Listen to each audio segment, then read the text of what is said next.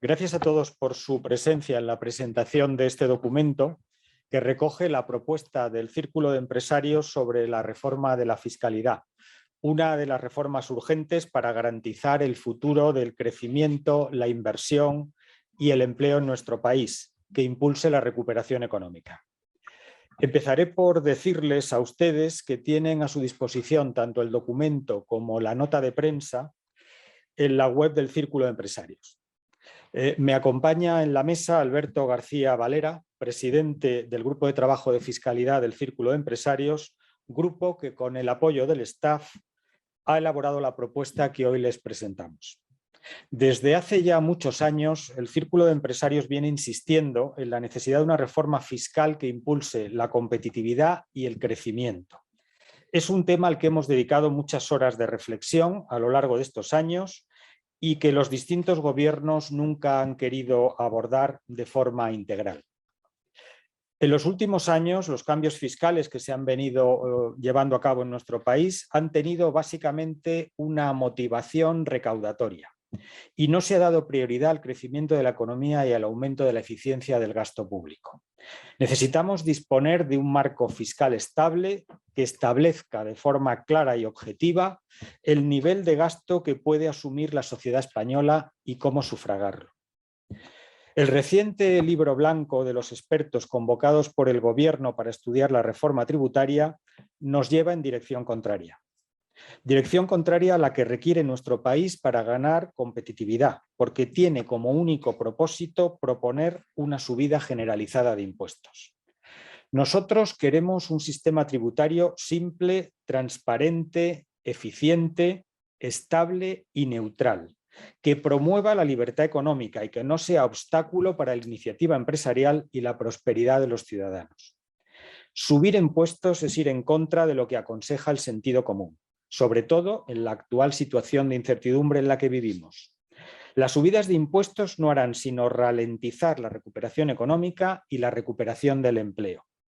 Por otra parte, me gustaría insistir, como hemos hecho en anteriores ocasiones, que cualquier reforma que se pueda plantear por parte del Gobierno debería ser fruto del mayor consenso posible. Cualquier reforma con vocación de futuro debería tener el apoyo de los principales partidos constitucionalistas para ser duradera en el tiempo.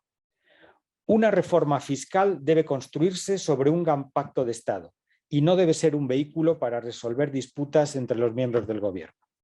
El Gobierno debe anteponer los intereses generales a los intereses partidistas, electorales o ideológicos, para preservar así los intereses de las próximas generaciones. La reforma de la fiscalidad es, junto con la reforma laboral, la de pensiones, la de educación y la reforma de las administraciones públicas, una de las reformas esenciales que necesita nuestra economía y nuestra sociedad. El aumento de recaudación que propone el Gobierno y que pretende justificarse en la diferencia de presión fiscal que existe entre España y la media de los países de la Unión Europea, se sustenta sobre un mal diagnóstico. Ignora las causas y propone soluciones que probablemente agravarán los problemas.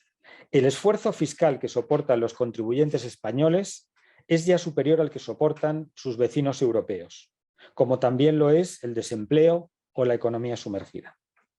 Antes de subir impuestos, concentremos nuestros esfuerzos en reducir el desempleo y la economía sumergida. A continuación, Alberto García Varela les expondrá con más detalle el contenido de nuestra propuesta de reforma tributaria. Y al final estaremos ambos disponibles para responder a sus preguntas, ahora o a lo largo del día, una vez que se conozcan las declaraciones de la ministra de Hacienda. Nuestro secretario general, Alfredo Bonet, será quien se encargará de centralizar aquellas preguntas que vengan por escrito a través de la aplicación. En ese sentido, les pedimos, por favor, que cuando formulen sus preguntas se identifiquen con su nombre y la organización a la que pertenecen. Gracias de nuevo a todos por su asistencia y paso la palabra a Alberto García Valera, que nos explicará el contenido del documento. Muchas gracias, presidente, y buenos días a todos.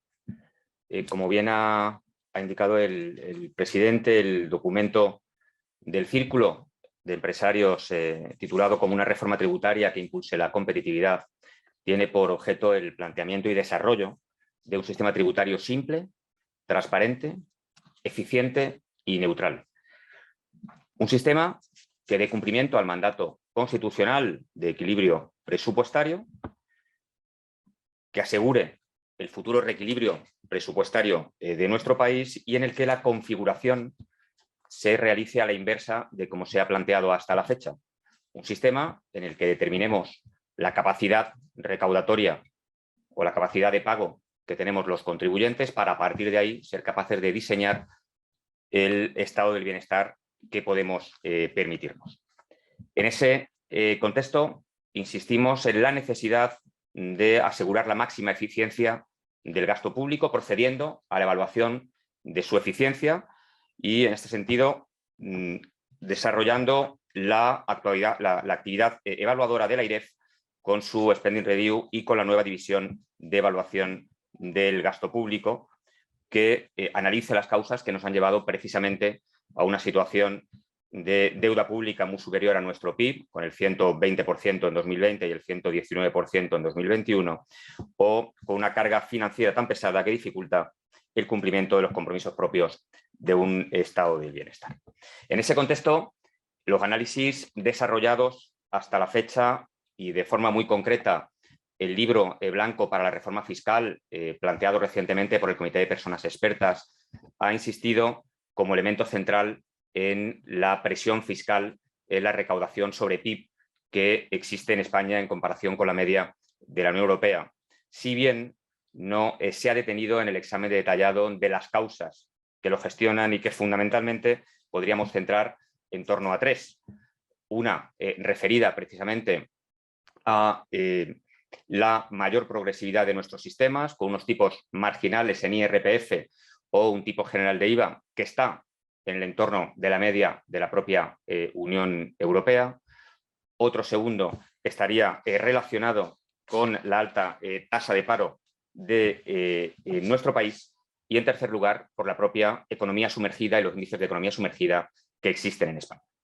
Frente a la utilización de los términos de presión fiscal sobre PIB, en el propio documento insistimos en la necesidad de analizar dos elementos adicionales. Uno, el propio índice de competitividad fiscal, que determina cómo España se encuentra ya en el negativo puesto 30 de las 37 economías analizadas, y, en segundo lugar, el índice de esfuerzo fiscal o incidencia que la presión fiscal tiene dada la capacidad económica del contribuyente, partiendo de la renta disponible per cápita y en paridad de compra respecto del resto de los Estados miembros de la Unión Europea, donde sí tenemos ya una presión o un esfuerzo más que suficiente y muy por encima de la media de la Unión Europea. El examen que realizamos desde el Círculo de Empresarios nos permite diferenciar tres grandes bloques en referencia a la propia fiscalidad. Un examen que alude a la fiscalidad del trabajo, otro segundo a la fiscalidad del capital y uno tercero referido a la fiscalidad sobre el consumo y a la fiscalidad ambiental. El referido a la fiscalidad sobre el trabajo, si bien coincide en que la presión fiscal que existe en España está ligeramente por debajo de la media de la Unión Europea, se ha limitado, se ha restringido en esa media en 3,2 puntos como consecuencia del crecimiento de la fiscalidad en España, pero poniendo de manifiesto que los tipos marginales ya alcanzan el 50% en España, en algunas de nuestras comunidades autónomas, frente a tipos en nuestros vecinos como el 48% en Portugal, el 45% en Alemania y Francia, el 43% en Italia o el 40% en Irlanda, teniendo en cuenta, por tanto, que atendiendo al nivel de desempleo y atendiendo al nivel en definitiva de empleados, nuestro esfuerzo fiscal es mayor si se tiene en cuenta que quienes soportan realmente el peso de esa carga fiscal son quienes precisamente están ocupados. Una tasa de ocupación, la de España, que está 6,8 puntos por debajo de la media de la Unión Europea y que debería ser precisamente nuestra mayor preocupación. Ese análisis de la fiscalidad del trabajo también se completa teniendo en cuenta que en términos de OCDE las cotizaciones sociales también son fiscalidad del trabajo y en ese contexto la fiscalidad que recae o la cotización social que recae sobre el empleador es 2,6 puntos por encima de la media de la Unión Europea. A diferencia de lo que ocurre con las cotizaciones sociales a cargo del empleado, que efectivamente están por debajo de la zona media de la propia Unión Europea. En definitiva, y lo que abordamos en este apartado referido a la propia fiscalidad del trabajo, es que la atención se centre en el incremento del número de contribuyentes, en el incremento, en definitiva, del empleo y de la propia actividad económica y, con ello, en el incremento de las bases imponibles. Además, también nos referimos a la necesidad de seguir apostando por sistemas de previsión social justo en la dirección contraria de medidas como las recientemente aprobadas que desincentivan los instrumentos de ahorro individual de previsión social complementaria. En segundo lugar, sin embargo, cuando aludimos a los impuestos sobre el capital, vemos que estos están en la media de la propia Unión Europea, con un comportamiento, eso sí, diferenciado respecto de sus principales componentes. Si nos referimos al impuesto sobre sociedades, cierto es que este está ligeramente por debajo de la propia media de la Unión Europea, exclusivamente en términos de presión fiscal, de recaudación sobre PIB, no así en términos del índice de competitividad fiscal, que nos deja en los peores puestos de la propia OCDE.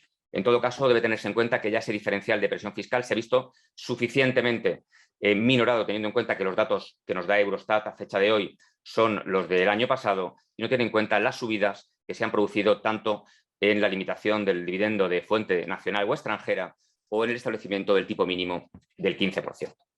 En el caso de los tipos impositivos, nos encontramos en el trapo medio de la Unión, con un 25% como tipo general, idéntico al de Alemania si se tiene en cuenta el tipo estatal y el tipo local. En el entorno del tipo de Francia, de Italia, que tiene el 24%, o de Portugal, que tiene el 21%, insistiendo que ello nos lleva al puesto 32 de 37 en el índice de competitividad fiscal, siendo este, el impuesto a las sociedades, como saben, el impuesto que genera más efectos negativos sobre el crecimiento económico y sobre la inversión y la decisión empresarial de apostar por unas jurisdicciones u otras.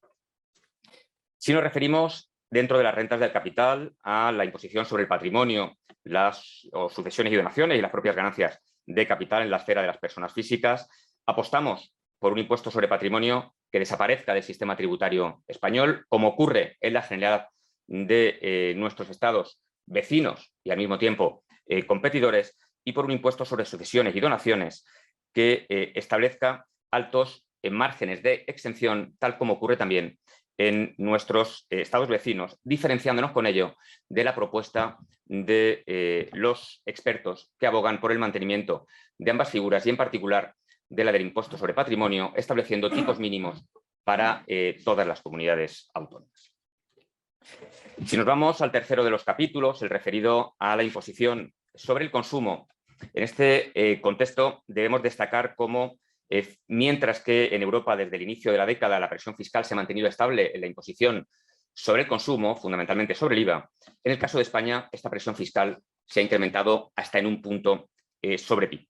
La estructura de los tipos impositivos de IVA es verdad que nos lleva a una media, a un tipo general en el que España se encuentra en la media, pero con tipos reducidos, súper reducidos y exenciones que requieren también a nuestro juicio de un análisis y una reevaluación de cada una de los tipos que en ese contexto se encuentren. Es verdad que cualquier revisión debería realizarse en un momento en el que desde luego esté asentada la recuperación y siempre teniendo en cuenta que nos encontramos en un momento altamente inflacionista que desaconseja cualquier medida en ese sentido. Respecto a la fiscalidad ambiental, nuestra propuesta pasa por tener siempre en cuenta dos elementos esenciales. Uno, que desde luego deben responder al principio quien contamina paga y no ser un elemento puramente recaudatorio, en tanto que estos impuestos deben tender a una recaudación cero, precisamente al desalentar determinadas prácticas que no ayudaran a la transición ecológica o energética. Y en segundo lugar, que apostáramos dentro de los tributos medioambientales por una fiscalidad afectada, es decir, en el que asegurásemos que la recaudación esté dedicada y esté destinada, precisamente tal como permite también nuestro propio sistema, esté destinada a la consideración de esa transición ecológica y no a la recaudación en general para incrementar los caudales públicos.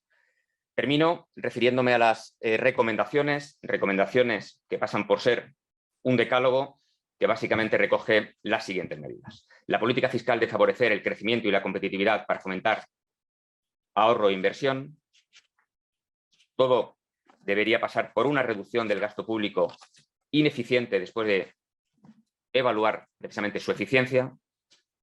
Para todo ello, el sistema tributario debe ser simple, transparente, eficiente, estable y neutro, asegurando la máxima seguridad jurídica para fomentar y atraer la inversión. Debemos evitar la dispersión normativa y los solapamientos o la doble imposición para asegurar el cumplimiento de las pautas de la unidad de mercado. Es esencial coordinarnos a nivel internacional con un alto grado de consenso los cambios en las figuras impositivas sobre las empresas o en materia ambiental. Los tipos impositivos no están en España por debajo de la media europea, donde existe, o por lo que existe en nuestro caso, una alta progresividad que a igualdad o a paridad de salarios medios nos lleva a tener tipos marginales más altos. Las cotizaciones sociales a cargo de la empresa, de hecho, están muy por encima de las existentes en la propia Unión Europea. En el ámbito de la imposición patrimonial y rentas de capital debería optarse por suprimir el impuesto sobre patrimonio, como hemos señalado, siendo, por último, preciso intensificar la lucha contra el fraude fiscal y la economía irregular. Por mi parte, presidente, este sería un somero resumen de lo que decimos en el documento de una reforma tributaria que impulse la FOMI. Muchas gracias, Alberto. Como les decía, tienen a su disposición el informe en nuestra página web, así como la nota de prensa. Les recuerdo que las preguntas que quieran formular las tienen que formular por escrito por medio de nuestra aplicación, y estoy a su disposición, tanto Alberto como yo estamos a su disposición para contestar las preguntas que nos quieran hacer, bien en la sala o, como les decía, las que quieran transmitirnos por escrito. Muchas gracias. Por favor, identifíquense nombre y medio al que pertenecen, tanto en la pregunta aquí en sala como en la pregunta que transmitan a través de la aplicación. Muchas gracias. Sí, hola, buenos días. Soy Juan de Portillo, de Expansión. Tres cuestiones. Por un lado, entre la coyuntura actual, con la situación de inflación galopante y de las tensiones que está provocando la invasión rusa en Ucrania, me gustaría saber si consideran que el Gobierno debería tomar medidas fiscales de emergencia a corto plazo, fundamentalmente en el ámbito energético. No sé si son partidarios de que haya una rebaja, en tal caso, de qué tipo sobre los carburantes, por ejemplo. Y en cualquier caso, ¿cuál debería ser la respuesta a nivel fiscal que debe dar el Gobierno? Y en cuanto a la propuesta de reforma, me gustaría saber en qué impuestos detectan que hay margen para impulsar rebajas, más allá de suprimir patrimonio, y en cuáles consideran que quizá habría que hacer una revisión, aunque sea a medio o largo plazo, al alza. Me ha parecido entender que ven una posibilidad en el IVA con los tipos reducidos y súper reducidos, pero me gustaría saber si han concretado algún tipo de cálculo. Y en definitiva, y en relación con esto, si la consolidación fiscal que tiene pendiente llevar a cabo España debe hacerse únicamente por la vía de la reducción del gasto o con un mix de subida de impuestos, rebaja del gasto. ¿Cómo afrontarían ese reto? Gracias. Muchas gracias. Con independencia de que Alberto haga cualquier estimación o cualquier apreciación que considere oportuno, voy a pasar a responder a las tres preguntas. En primer lugar, en la situación actual que estamos viviendo, con una inflación elevadísima, sobre todo en los productos energéticos, entendemos que el Gobierno debe plantear una solución que afecte fundamentalmente a los impuestos sobre este tipo de productos. Porque cada vez que se produce el incremento en origen del coste de una materia prima energética, bien sea gas o bien sea un hidrocarburo, algunos impuestos, como el IVA, producen un efecto multiplicador que aumenta la recaudación pública. Entendemos que en estas circunstancias los españoles no tendremos más remedio que soportar las subidas de los costes energéticos que se produzcan en origen, pero no deberíamos soportar un incremento por medio de la fiscalidad del coste de los productos que pagamos. Y creemos que en esta línea debe realizarse una reforma. También entendemos que el sistema de cálculo del precio de la energía, del precio de la electricidad que establece Europa, debe ser revisado en profundidad. No podemos depender de una energía determinada en el mercado mayorista con relación al coste marginal, cuando tenemos una situación de coste marginal influida por el precio del gas, que nos va a llevar a una situación absolutamente insostenible. La Unión Europea debería revisar la fiscalidad sobre estos elementos.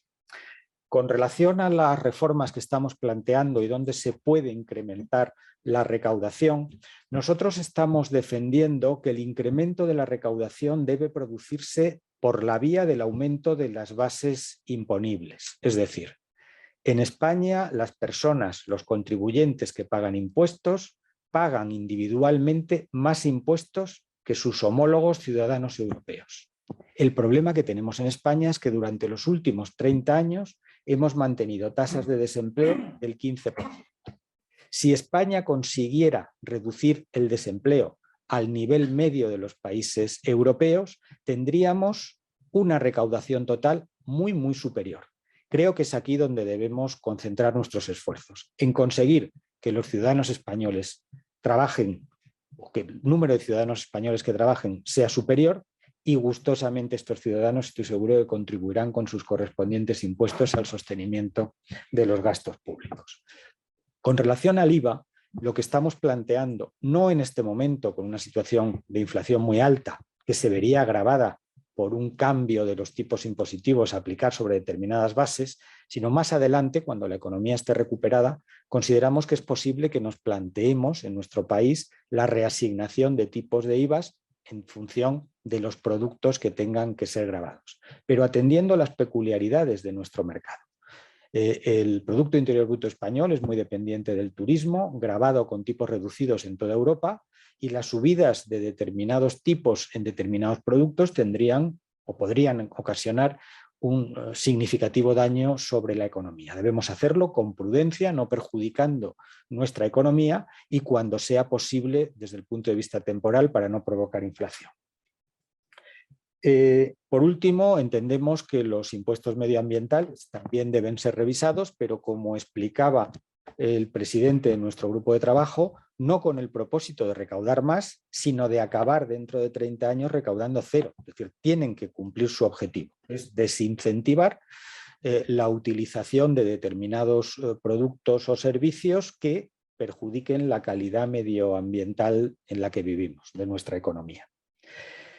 Todo esto nos lleva a plantear que la consolidación fiscal que se debe producir en Europa debe venir fundamentalmente del lado de la revisión del gasto público. Y no para reducirlo, sino para hacerlo mucho más eficiente. Entendemos que el grado de mejora de la revisión del gasto público y del incremento de su eficiencia está en orden de magnitud en el nivel de la pretendida subida que pretende en este momento llevar a cabo el gobierno. Con lo cual, el aumento de esa eficacia haría absolutamente innecesaria la subida de impuestos. Solamente un añadido a los acertados comentarios del presidente del Círculo, y es que la mejor forma de crecer en recaudación es crear empleo y crecer desde un punto de vista económico. El crecimiento de un punto de PIB, teniendo en cuenta nuestro Producto Interior Bruto y teniendo en cuenta el porcentaje de presión fiscal, es de 4.000 millones de euros, que es la mejor forma de recaudar de forma sana y de favorecer precisamente acercarnos al constitucionalmente recogido objetivo del equilibrio presupuestario. ¿Más preguntas? No sé si tenemos, Alfredo, preguntas que nos hayan dirigido a través de la aplicación. Sí, presidente, buenos días a todos. Tenemos una identificada y un par de preguntas anónimas. La identificada es Sergio Martín de Vidales, de Economía Digital, que dice: ¿qué importe total de bajada de impuestos calculan que se podría acometer? Yo no me atrevo a dar una cifra en la situación actual porque no conocemos todavía las figuras impositivas que se quieren revisar. Probablemente la ministra dentro de unos minutos aclarará este tema. No conocemos las figuras impositivas, no conocemos la capacidad para ajustar estos impuestos. Algunos no dependen solo de nosotros, dependen de la Unión Europea. En definitiva, yo les pediría un poco de paciencia para que pudiéramos hacer una evaluación de este importe y muy gustosamente responderemos a esta pregunta en los próximos días. Hay otra que dice, si podrían profundizar en su comentario sobre que la recaudación debe ser resultado de la capacidad fiscal de la sociedad o si antes hay que definir el nivel de estado de bienestar que queremos y después financiarlo con impuestos. Cada país debe tener el estado de bienestar que pueda pagar. España, en las condiciones actuales, con el nivel de desempleo que tiene que ser prudente y austera en el desarrollo de su estado de bienestar. No podemos pretender tener el mismo estado de bienestar que tienen otros países europeos, manteniendo desde hace 30 años una media de un 15% de desempleo. Debemos profundizar en el crecimiento de la economía, debemos profundizar en el empleo para proponernos retos ambiciosos en el ámbito del estado de bienestar. Pero con los recursos que tenemos disponibles podemos ofrecer, entiendo, a los ciudadanos españoles, si gestionamos estos recursos de forma eficiente y, como decía, de forma austera, una gran calidad de vida dentro del estado de bienestar. Lo que no podemos hacer es operar al revés, querer ofrecer a los ciudadanos un estado de bienestar lo más amplio posible, gastar además el dinero de forma ineficiente en políticas sociales a veces absolutamente disparatadas y luego pretender financiar todo ese gasto que en ningún momento se revisa ni se optimiza incrementando los impuestos. En cualquier familia las cosas se hacen de una determinada manera y no al revés. Otra más. ¿Cómo se puede luchar contra el fraude? Porque a veces se pretende que paguen más los que ya lo hacen y no los que nunca pagan. Yo creo que la lucha contra el fraude es esencial. Y hemos mencionado el hecho de que España tiene unos niveles de economía sumergida muy altos. De hecho, incluso algunas políticas recientemente aprobadas por el Gobierno vemos que están incrementando el tamaño de la economía sumergida. Subir el salario mínimo interprofesional tiene una cierta afección sobre la economía sumergida. Subir los impuestos genera economía sumergida. Y la economía sumergida para los empresarios es competencia desleal. No estamos dispuestos a aceptar que el recurso de algunos ciudadanos españoles sea la economía sumergida frente a una subida de impuestos o a una subida de costes. En ese sentido, como decía, hay que luchar decididamente sobre el fraude y hay que hacerlo para conseguir que paguen impuestos más ciudadanos, no discutiendo con muchas empresas españolas la interpretación de determinados preceptos fiscales, sino precisamente persiguiendo a aquellos ciudadanos y a aquellas empresas que no pagan impuestos. Y en ese sentido animo a la agencia tributaria a intensificar su lucha contra el fraude para aumentar las bases de cotización, las bases de recaudación. Otra, se pronuncian en el documento en contra de la armonización fiscal entre comunidades autónomas. ¿Es porque ponen entredicho los principios de autonomía financiera y corresponsabilidad fiscal? Efectivamente, se ponen dos principios en juego. Uno de ellos, como bien enunciaba la persona que realizaba la pregunta, el principio de autonomía financiera de las comunidades autónomas. Las comunidades autónomas tienen que tener capacidad para definir sus propios impuestos en la medida que tienen capacidad para definir sus gastos. Y se produce la paradoja de que algunas comunidades renuncian a recaudar determinados tipos de impuestos en situación de equilibrio fiscal y con un nivel de eficiencia en el gasto público mucho mayor que el de otras comunidades.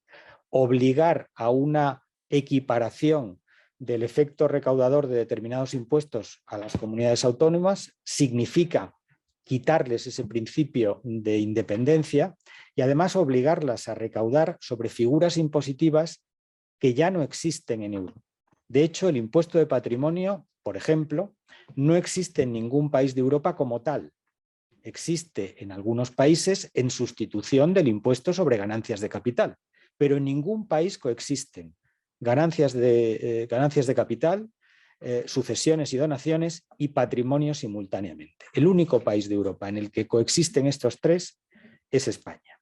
Obligar a comunidades que con determinadas políticas públicas de eficiencia han conseguido suprimir un impuesto que no existe en el resto de los países de Europa es una armonización en el sentido equivocado. Hay que armonizarse con el resto de países de Europa. Porque nos guste o no, no competimos entre comunidades autónomas. Competimos con otros países de la Unión Europea. Terminamos con una última, más general, que dice: si una reforma tributaria mal enfocada podría comprometer la recuperación económica y social.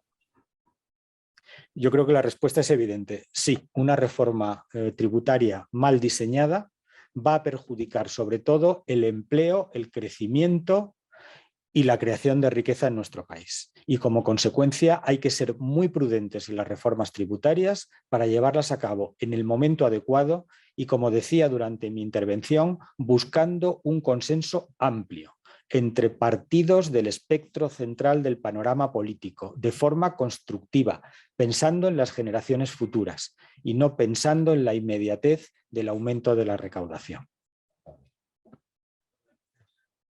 ¿Sí? Esto es todo.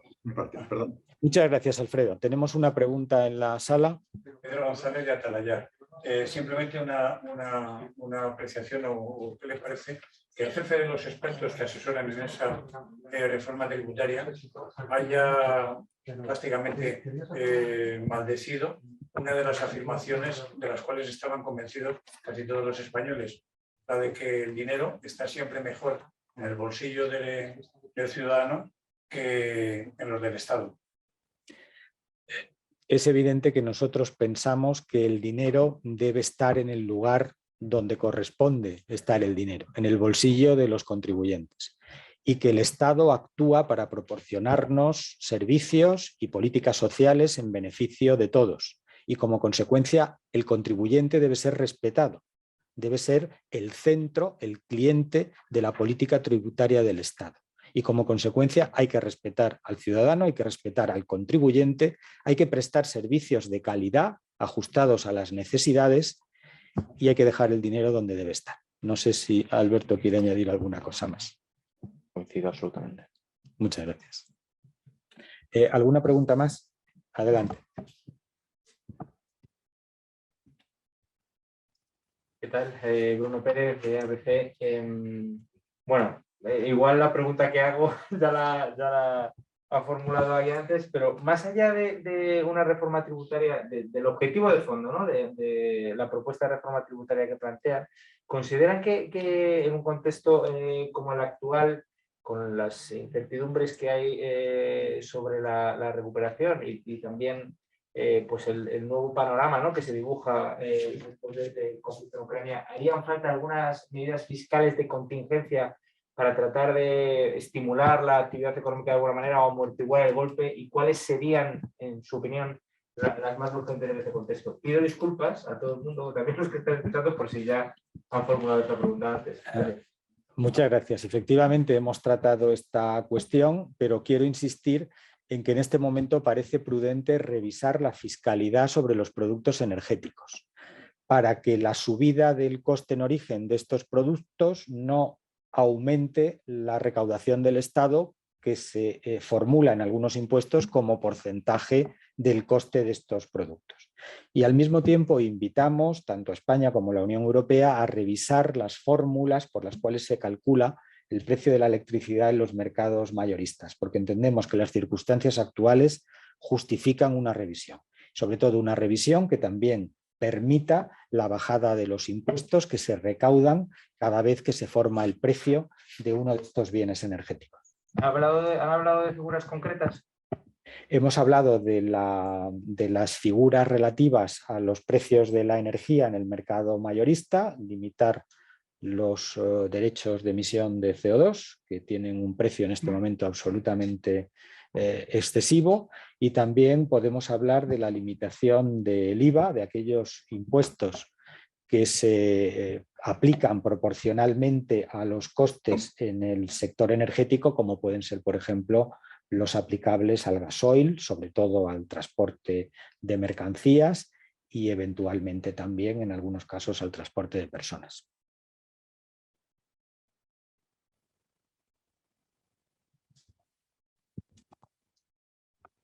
Pues si no hay más preguntas, agradecerles de nuevo su asistencia y su participación en este acto y, como les decía, a lo largo del día, si quieren formular alguna pregunta por escrito, trataremos de responderla teniendo en cuenta que se está celebrando otro evento sobre fiscalidad en el Senado dentro de unos momentos. Muchas gracias a todos y hasta pronto. Gracias.